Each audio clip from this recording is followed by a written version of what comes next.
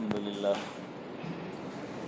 لله نحمده ونستعينه ونستغفره ونؤمن به ونتوكل عليه ونعوذ بالله من شرور أنفسنا ومن سيئات أعمالنا من يهده الله فلا مضل له ومن يضلل فلا هادي له ونشهد أن لا إله إلا الله وحده لا شريك له ونشهد أن سيدنا ومولانا محمدا عبده ورسوله أما بعد فقد قال الله تعالى في كلامه المجيد أعوذ بالله من الشيطان الرجيم بسم الله الرحمن الرحيم قل إن صلاتي ونسكي ومحياي ومماتي لله رب العالمين لا شريك له وبذلك أمرت وأنا أول المسلمين صدق الله العظيم وقال نبينا محمد صلى الله عليه وسلم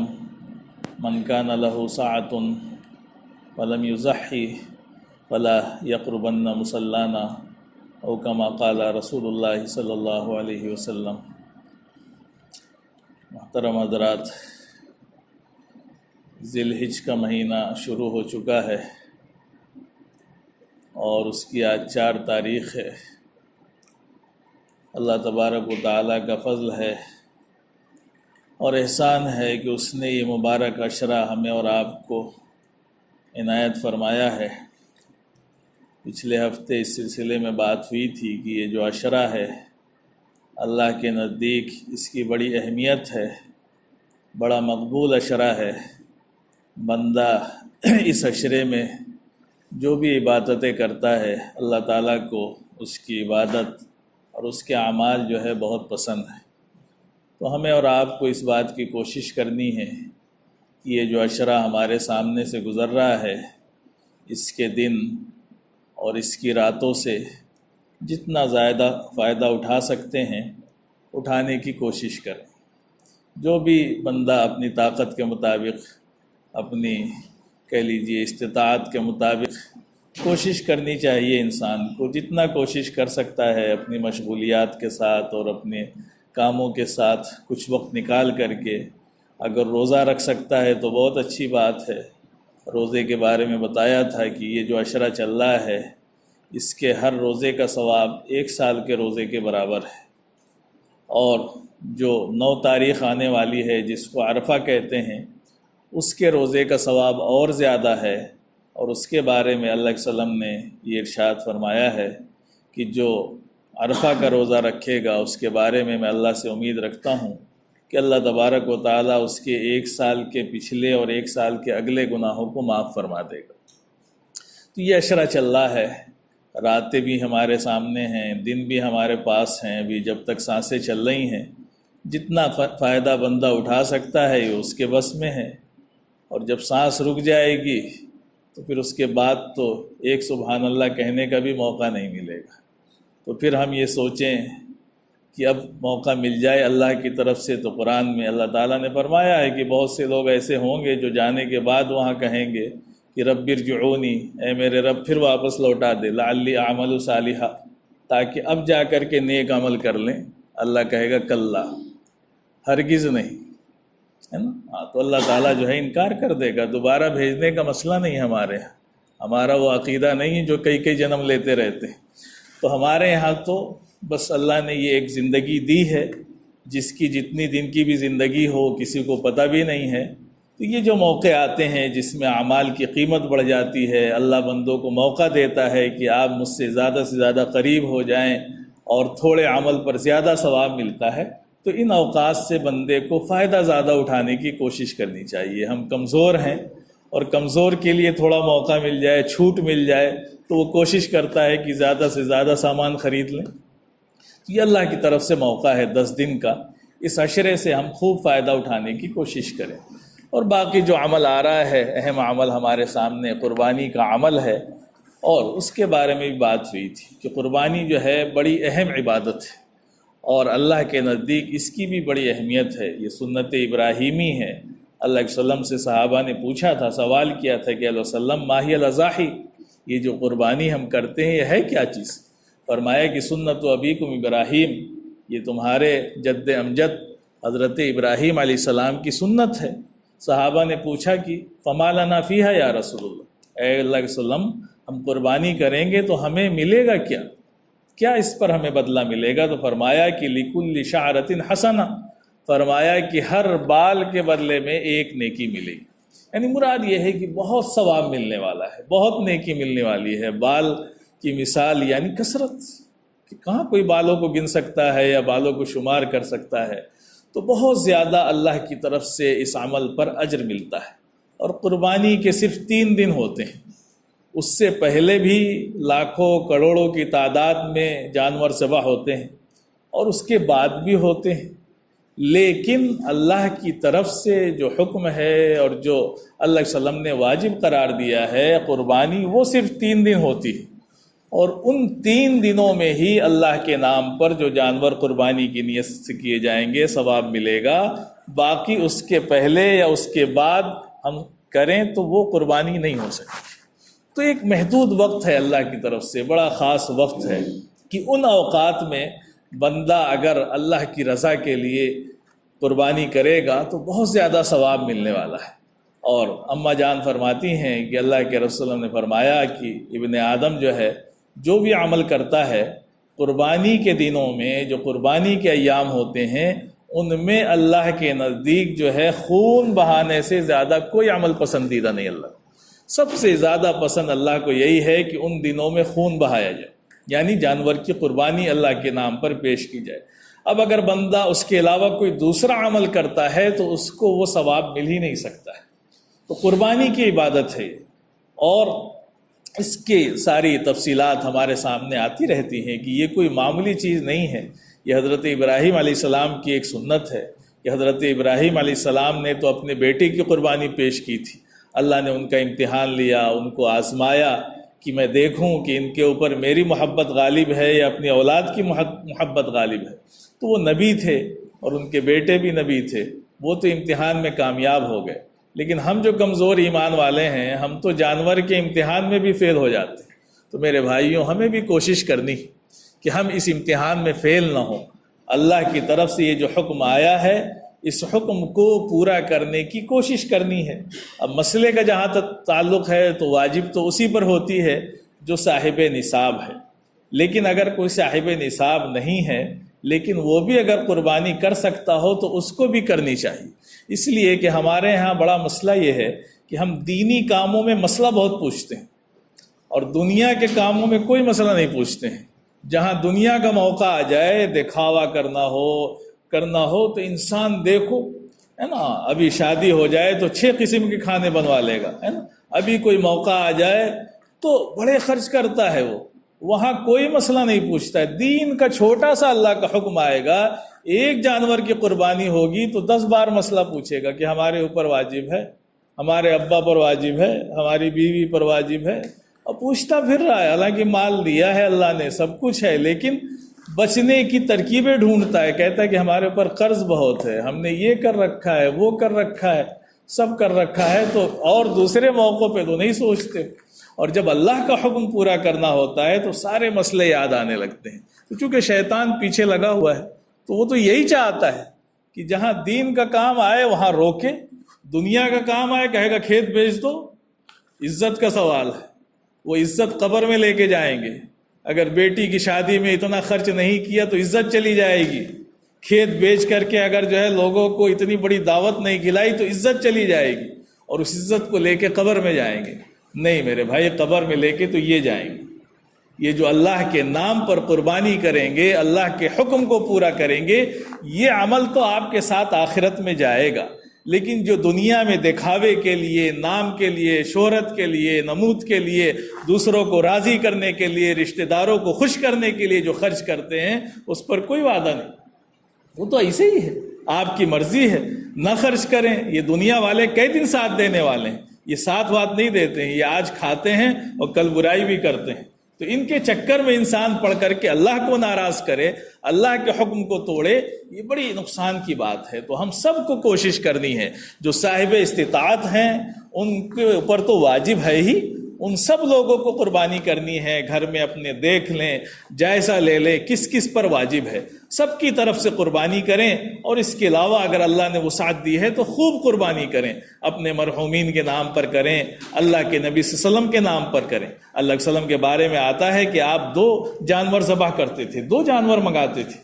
ایک آپ اپنی طرف سے قربانی کرتے تھے اور ایک جانور کہتے تھے کہ میری امت کے جو غربا ہیں, جو قربانی نہیں کر سکتے ہیں, ان کی طرف سے. تو یہ اللہ کے وسلم اتنی محبت کرتے تھے اپنی امت سے, تو آپ کی محبت کا تقاضا یہ بھی ہے کہ اگر ہمیں اللہ نے وسعت دی ہے تو اپنا واجب ادا کرنے کے بعد اللہ کے نبی صلی اللہ علیہ وسلم کے نام سے بھی قربانی کریں, اچھے سے اچھے جانور کی قربانی کریں, اس میں بخل نہ کریں, کنجوسی نہ کریں. تو ہم سب کو یہ جو حکم اللہ کا آنے والا ہے قربانی کا, یہ چلا جائے گا تو پھر سال بھر کے بعد آئے گا. اور سال بھر کی کس کے پاس گارنٹی ہے کہ وہ اگلے سال بقرعید میں رہے گا کہ نہیں رہے گا, کچھ پتہ نہیں ہے. یہاں کئی لوگ تھے بیچارے, ابھی ہمارے جاوید بھائی تھے, ہمارے پڑوسی, بڑی پابندی سے نماز پڑھنے آتے تھے, اور بس اچانک خبر ملی کہ انتقال ہو گیا. تو کوئی مسئلہ نہیں ہے, زندگی کا کوئی بھروسہ نہیں ہے کہ انسان کب اس دنیا سے چلا جائے, کتنی عمر اللہ نے اس کو دے کر کے بھیجی ہے, چلا جائے گا. تو اگلی بقرعید کا تو کسی کو بھروسہ نہیں ہے. تو جو حکم اللہ کا آ جائے اس حکم سے فائدہ اٹھانا چاہیے. تو جو قربانی کا عمل ہے اس میں یہ نہ دیکھیں کہ کتنا خرچ ہوگا, بلکہ یہ دیکھیں کہ یہ اللہ کا حکم ہم کتنی اچھی طرح پورا کر سکتے ہیں. ہم جتنی زیادہ قربانی کریں, اللہ نے وسعت دی ہے, خوب قربانی پیش کریں. یہ گوشت کھانے کا یا گوشت رکھنے کا کوئی عمل نہیں ہے کہ بندہ یہ سوچتا ہے کہ بھئی زیادہ قربانی کریں گے تو اتنا گوشت کیا کریں گے. ارے میرے بھائی, گوشت کا کوئی مسئلہ نہیں. اصل مسئلہ اللہ کے حکم کو پورا کرنے کا, اللہ کو راضی کرنے کا ہے, اللہ کو خوش کرنے کا ہے. تو ہمیں کیا مسئلہ ہے؟ کچھ نہیں ہے. اللہ نے بہت وسعت دی ہے. آپ اپنے گاؤں میں, اپنے علاقے میں ڈھونڈیں گے, بہت آپ کو غریب مل جائیں گے. آپ قربانی کرائیے, ان کو دے دیجئے. آپ بکرا خریدیے, آپ کو زیادہ اللہ نے وسعت دی ہے تو ایک غریب کے گھر دے دیجئے, کہو کہ بھائی اس کو نام لکھ کے دے دیجئے, اس نام سے قربانی کروا دینا, بات ختم ہوئی. گوشت اس کے گھر رہ جائے گا. کیا مسئلہ ہے؟ کوئی پریشانی نہیں ہے. گوشت کا کوئی مسئلہ نہیں کہ آپ سوچ رہے ہیں کہ اتنا بڑا فریزر کہاں سے لائیں گے. تو گوشت کا مسئلہ نہیں ہے. اصل مسئلہ تو نیت کا ہے کہ ہم قربانی کرنا چاہیں. آپ دیکھیں باہر سے سعودی وغیرہ کے لوگ ہیں, ہزاروں بکرے جو ہے ہندوستان میں ان کے نام سے ہو جاتے ہیں. بہت سے مدرسے والے ہیں, ان کو پیسے مل جاتے ہیں, وہ بیچارے لا کر کے یہاں سب کے گھروں پہ بانٹ دیتے ہیں. ایک ایک بکرا خرید کے دے دیا, اپنے مدرسے کے استادوں کو دے دیا, ایک ایک بکرا جو غریب ہیں ان کو دے دیا, نام لکھ کے دے دیا کہ اس نام سے کر دیجیے. اب کبھی ہم یہ سوچ رہے ہو کہ نام لکھ کے دے دیں, کہیں وہ اپنے نام سے نہ کر لے, ہے نا, یہ بھی گڑبڑ ہو سکتا ہے. تو ایسا کچھ نہیں ہوتا ہے. اصل اللہ کے ہاں معاملہ نیت کا ہوتا ہے نا. اب ہم نے اس کو لکھ کے دے دیا نام, اور وہ اپنے نام کر لے, اپنے ابا کے نام کر لے, کچھ نہیں ہوگا. وہ جس کے نام سے اسی کے نام سے ہوگا. تو نام بدلنے سے بھی کوئی مسئلہ نہیں ہوتا ہے کہ اگر آپ نے دے دیا اور اس نے کر لیا. تو اللہ تو دلوں کے حال کو جانتا ہے. وہ جانتا ہے کہ یہ بکرا دوسرے کا ہی اپنے نام سے کر رہا ہے نا, گناہگار ہو جائے گا, ثواب تو نہیں ملے گا اس کو. تو اس لیے ہمیں کوشش کرنی ہے کہ قربانی جو ہے زیادہ سے زیادہ کرنا ہے. ہر بندہ نیت کرے جتنی وسعت رکھتا ہے. بڑے جانوروں کی قربانی ہوتی ہے, اس میں سستے ہوتے ہیں, زیادہ حصے ہو سکتے ہیں, 2500 3000 اس طرح سے حصے ہیں. تو آپ اس میں حصہ لے سکتے ہیں کہ اس میں حصہ لے لیں. اگر آپ کم وسعت رکھتے ہیں, زیادہ حصہ لے لیں تو اچھی بات ہے. یہ بھی ایک مسئلہ ہے کہ اگر ہم 50,000 کا ایک بکرا لے کر کے آئیں, اس سے بہتر یہ ہے کہ 10,000 کے 5 بکرے لے لیں. تو یہ زیادہ بہتر ہے کہ ایک بکرا دکھاوے کے لے لیے 50,000 کا, بہت بڑا.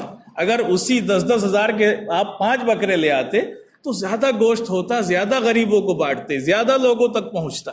تو ہر چیز میں اللہ کو راضی کرنے کی فکر کرنی چاہیے. یہ دیکھنا چاہیے کہ کس عمل سے ہم زیادہ فائدہ پہنچا سکتے ہیں, زیادہ اللہ کو راضی کر سکتے ہیں, تو وہ زیادہ فائدہ مند ہے. تو ہم دیکھیں, سب اپنے اپنے دامن میں جھانک لے, اپنے کو دیکھ لے, جتنی وسعت ہو سکتی ہے. بڑے جانوروں میں حصہ لے لیں, محلے کے لوگوں کو پرچی دے دے کہ جاؤ فلاں نام سے وہاں قربانی ہو رہی, جا کر کے گوشت لے لینا. دوسروں کو دے دو پرچی, کیا ضرورت ہے آپ کو. ہمارے یہاں قربانی ہوتی ہے بیٹوا میں, بہت لوگ ایسے ہیں بیچارے جو کبھی گوشت لینے نہیں آتے ہیں، وہ دوسروں کو نام لکھ کے بھیج دیتے کہ فلاں صاحب جائیں گے، ان کو دے دیجئے فلاں۔ اچھی بات ہے، ان کا گوشت رکھا رہتا ہے، وہ بیچارے لے جاتے ہیں، ان غریبوں کا کام چل جاتا ہے، کتنی ان کو خوشی ہوتی ہوگی۔ تو آپ کی قربانی اللہ کے ہاں وہ بھی مقبول ہوئی، اس کا گوشت بھی مقبول ہو گیا۔ تو میرے بھائیوں، اور ہمیں اس بات کی کوشش کرنی ہے کہ قربانی میں ہماری نیت صحیح ہونی چاہیے۔ سب سے بڑا مسئلہ نیت کا ہوتا ہے، بار بار اس پر زور دیا جاتا ہے کہ دکھاوا نہ ہو، ریا نہ ہو، شہرت کا مسئلہ نہ ہو۔ یہ ساری چیزیں تو خود بخود مل جاتی ہیں، اس کی نیت نہ ہو۔ نیت ہماری خالص اللہ کی رضا کی ہو کہ ہم اللہ کو راضی کرنے کے لیے اچھا جانور لائیں گے، خوبصورت جانور لائیں گے، مضبوط جانور لے کر کے آئیں گے اور اللہ کے نام پر اس کی قربانی کریں گے۔ تو یہ ساری نیتیں ہم جب کریں گے تو اچھی بات ہے، اچھا جانور ہونا چاہیے، اور اس میں دیکھ لیں، علماء سے مسئلہ معلوم کر لیں، کوئی ایسا عیب نہ ہو کہ جو ہے جس کی وجہ سے قربانی اس کی جانور کی درست نہ ہوتی ہو۔ جو موٹے موٹے مسائل ہیں ان کو معلوم کر لیں، عام طور سے بہرحال اس میں لوگ احتیاط کرتے ہیں، معلوم ہوتا ہے، اور نہ معلوم ہو، کہیں کوئی پریشانی ہو تو کسی عالم سے رابطہ کر لیں، پوچھ لیں کہ یہ جانور ہے، اس میں یہ کمی نظر آ رہی ہے، اگر قربانی ہو سکتی ہو تو ٹھیک ہے لے لیں، نہیں ہو سکتی ہو تو نہ۔ اس کی عمر دیکھ لیں، کہ عمر کا بھی بڑا اہم مسئلہ ہوتا ہے کہ اگر بکرے کی قربانی کر رہے ہیں آپ یا بکری کی، تو 1 سال اس کی مکمل عمر ہونی چاہیے چاند کے حساب سے۔ 1 سال کا اگر وہ ہے جانور چاند کے حساب سے تو اس کی قربانی درست ہو جائے گی۔ اب اس کے دانت ہوں یا نہ ہوں، دانت کا مسئلہ شریعت میں نہیں۔ ہاں، دانت کا مسئلہ اس لیے دیکھا جاتا ہے کہ آج کل لوگ بڑا دھوکہ دیتے ہیں۔ تو اگر کوئی ایسا آدمی ہے جو قابل اعتماد ہے، جس کے اوپر آپ کی جس کی دینداری پر بھروسہ ہے، وہ اگر آپ کو جانور دے رہا ہے اور کہہ رہا ہے کہ یہ 2 سال کا ہے، اس کے دانت نہیں ہے، تو آپ اس کی بات مان سکتے ہیں۔ لیکن اگر ایسے ہی کوئی عام آدمی ہے، اس کے دانت بھی نہیں ہیں اور جانور سمجھ میں نہیں آ رہا ہے 2 سال کا ہے، تب تو دیکھنا پڑے گا۔ اب تو دانت کا مسئلہ آ جائے گا کہ بھائی اگر دانت نہیں دیکھتے تو پتہ کیسے چلے گا کہ یہ 2 سال کا ہے، 1 سال کا ہے نا؟ تو بکری میں 1 سال پورے ہونے چاہیے۔ تو وہ چیزیں دیکھ لیں، یا بڑا جانور ہے تو اس میں 2 سال دیکھ لیں۔ اونٹ کا یہاں مسئلہ ہی نہیں ہوتا ہے، اس میں 5 سال عمر کی جو ہے قید ہوتی ہے۔ تو جو شرائط ہیں ان شرائط کا لحاظ رکھیں۔ اسی طرح سے ہر آدمی اس بات کی کوشش کرے کہ ہم اگر قربانی خود سے کر سکتے ہوں تو خود سے قربانی کریں، اپنے ہاتھ سے قربانی کرنا افضل ہے، اور نہ کر سکتے ہوں تو کم سے کم کھڑے رہیں، جا کر کے وہاں پر کھڑے ہو جائیں، آپ کے سامنے قربانی ہو تو بہت اچھی بات ہے۔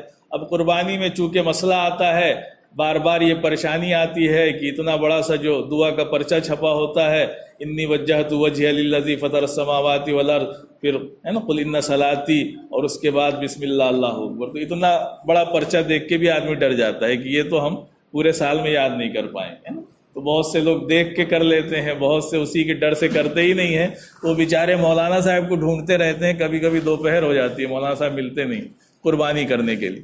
تو کوئی بڑا اہم مسئلہ نہیں ہوتا ہے، اصل تو یہ ہے کہ آپ نے نیت کر لی قربانی کی، اور بس بسم اللہ اللہ اکبر کہیے اور چھری پھیر دیجیے، بس۔ وہ جو دعائیں ہیں وہ پڑھ لیں بہتر ہے، نہ پڑھیں تو اس سے قربانی پہ کوئی اثر نہیں پڑتا۔ بسم اللہ اللہ اکبر اصل شرط ہے، اس کے بغیر تو درست نہیں ہے۔ تو وہ پڑھنا ضروری ہے کہ وہ پڑھیں، یا قصائی سے کروا رہے ہیں تو اس سے بھی پڑھوائیں زور سے، ورنہ وہ پان بھرے رہتا ہے، منہ میں پڑتا بھی ہے کہ نہیں، ہے نا؟ تو دیکھ لیں کہ پتہ نہیں اس نے بسم اللہ اللہ اکبر کہا، پڑھا کہ نہیں پڑھا، ایسے ہی مار دیا ہے نا۔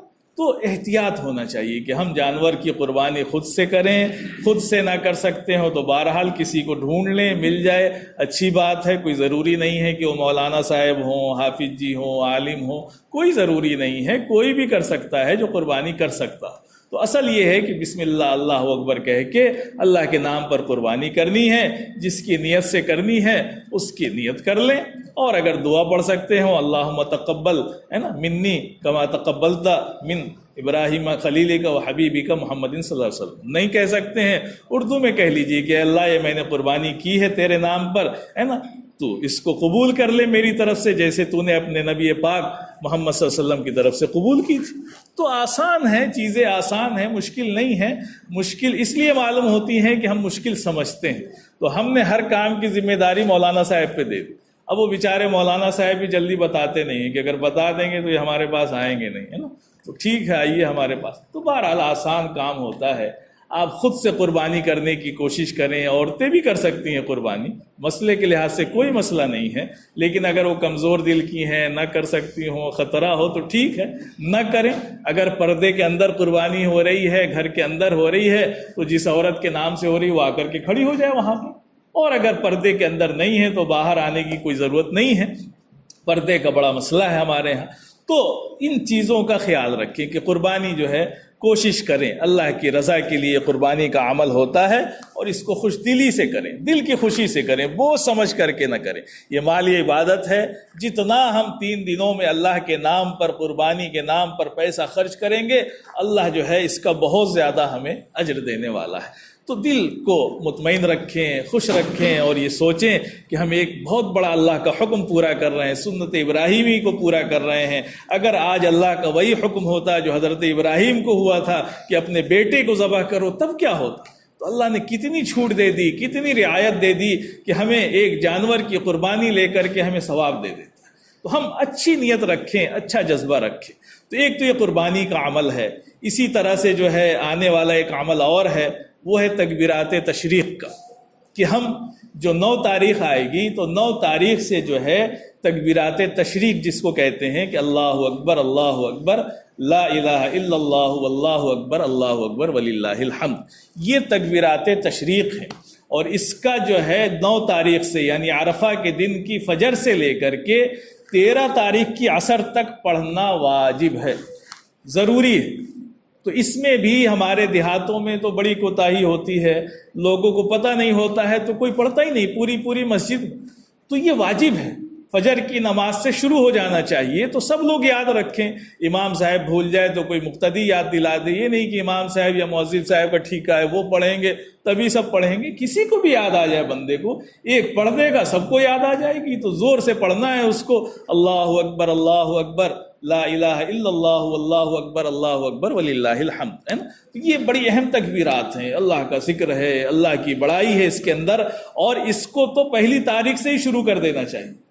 پہلی تاریخ چاند دیکھا تو کثرت سے یعنی آج سے شروع کر دیں، بار بار پڑھیں اس کو کہ اللہ اکبر لا الہ الا اللہ واللہ اکبر وللہ الحمد. روایتوں میں آتا ہے کہ صحابہ جاتے تھے بازاروں میں تو ان کی تکبیر سے بازار گونج جایا کرتے تھے، کثرت سے تکبیر پڑھا کرتے تھے. تو ہمیں بھی کوشش کرنی ہے. اب ہمارے ملک کا ماحول ایسا نہیں کہ بازار میں پڑھنا شروع کر دیں، لوگ ڈر جائیں گے.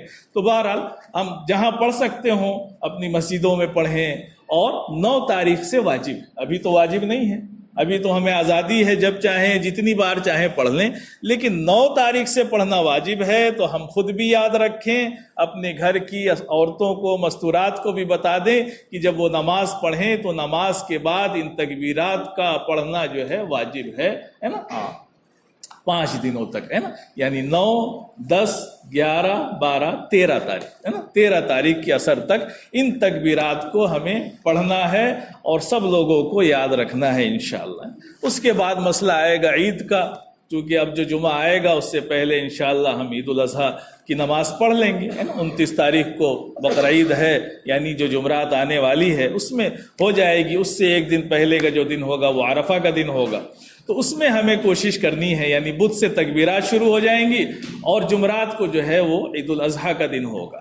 تو اس میں بھی وہی پرانی چیزیں ہیں جو آپ کو عید کے دن بتائی گئی تھی عید کے بارے میں، کہ ہم عید کے دن صبح سویرے جلدی اٹھیں، کوشش کریں کہ جلدی اٹھیں. ایسا بھی ہوتا ہے کہ بہت سے لوگ اس دن فجر کی نماز بھی چھوڑ دیتے ہیں. نہیں، جلدی اٹھیں اور تیاری کریں، فجر کی نماز باجماعت پڑھیں اور نہا دھو کر کے اچھے کپڑے پہن کر کے اور عیدگاہ جائیں. جب عیدگاہ جائیں تو اس دن مستحب یہ ہے کہ ہم کچھ کھائیں پیئے نہیں، بلکہ جو قربانی کریں تو قربانی کے گوشت سے ہی شروعات کریں، بہتر ہے. اور نہ کریں تو کوئی مستحب عمل ہے، کوئی اس میں گناہ بھی نہیں ہے. اگر کوئی بیچارہ بیمار ہے، شوگر کا مریض ہے، کھا پی کر کے جانا چاہتا ہے تو کھا پی کر کے جائے، کوئی مسئلہ نہیں. لیکن عید الفطر میں مستحب یہ ہے کہ جانے سے پہلے کچھ کھا کر کے جائے، اور عید الاضحیٰ میں مستحب عمل یہ ہے کہ بغیر کھائے جائے اور قربانی کے گوشت سے شروعات کرے. پھر جب گھر سے نکلیں تو ہمیں ان تکبیرات کو زور سے پڑھتے ہوئے جانا ہے. یہ جو تکبیرات بتائی گئیں تکبیرات تشریق، جب ہم گھر سے نکلیں تو پڑھتے ہوئے جائیں اللہ اکبر لا الہ الا اللہ واللہ اکبر وللہ الحمد. ان کو پڑھتے ہوئے راستے میں جائیں، بجائے اس کی باتیں کرتے ہوئے اور ادھر ادھر کرتے ہوئے جائیں. ان کو پڑھتے ہوئے ہم جائیں اور کوشش کریں کہ ایک راستے سے جائیں دوسرے راستے سے واپس آئیں. اس کی کوشش کریں، اگر ممکن ہو، ناممکن ہو تو کوئی مسئلہ نہیں ہے.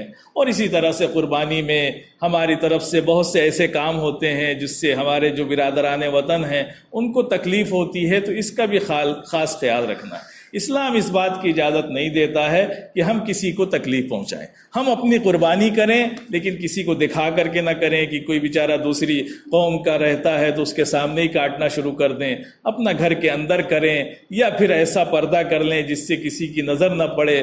خون کو گلیوں میں راستوں میں نہ بہائیں. کہیں گوشت لے کر کے جا رہے ہیں تو بہت احتیاط سے لے کر کے جائیں. صفائی ستھرائی کا اسلام میں اتنا نظام ہے، اتنی اہمیت ہے، اور مسلمان گندگی پھیلاتے ہیں، یہ بالکل درست نہیں ہے ہمارے دین میں. تو صفائی کا بڑا خیال رکھیں. جو بھی اچھے کام ہو سکتے ہوں وہ یہ سمجھیں کہ سارے اچھے کام ہمارے دین میں ہیں، بس ہمیں پتہ نہیں ہے. یہ دوسرے ہمیں ٹوکیں، دوسرے بتائیں کہ مسلمان گندے رہتے ہیں، ان کے محلے گندے رہتے ہیں، ان کے ہاں صفائی کا اہتمام نہیں، ان کے ہاں بدبو رہتی ہے. تو یہ ہمارے دین کی کمی نہیں، ہماری کمی ہے کہ ہم یہ کمیاں اپنے اندر پیدا کر کے دوسروں کو موقع دیتے ہیں. تو ان باتوں کا خیال کریں. اللہ تبارک و تعالی ہم سب کو اس بات کی توفیق عطا فرمائے کہ ہم صحیح نیت کے ساتھ قربانی کریں، نماز پڑھیں اور اس اہم تہوار کو منائیں. اللہ تبارک و تعالی ہم سب کو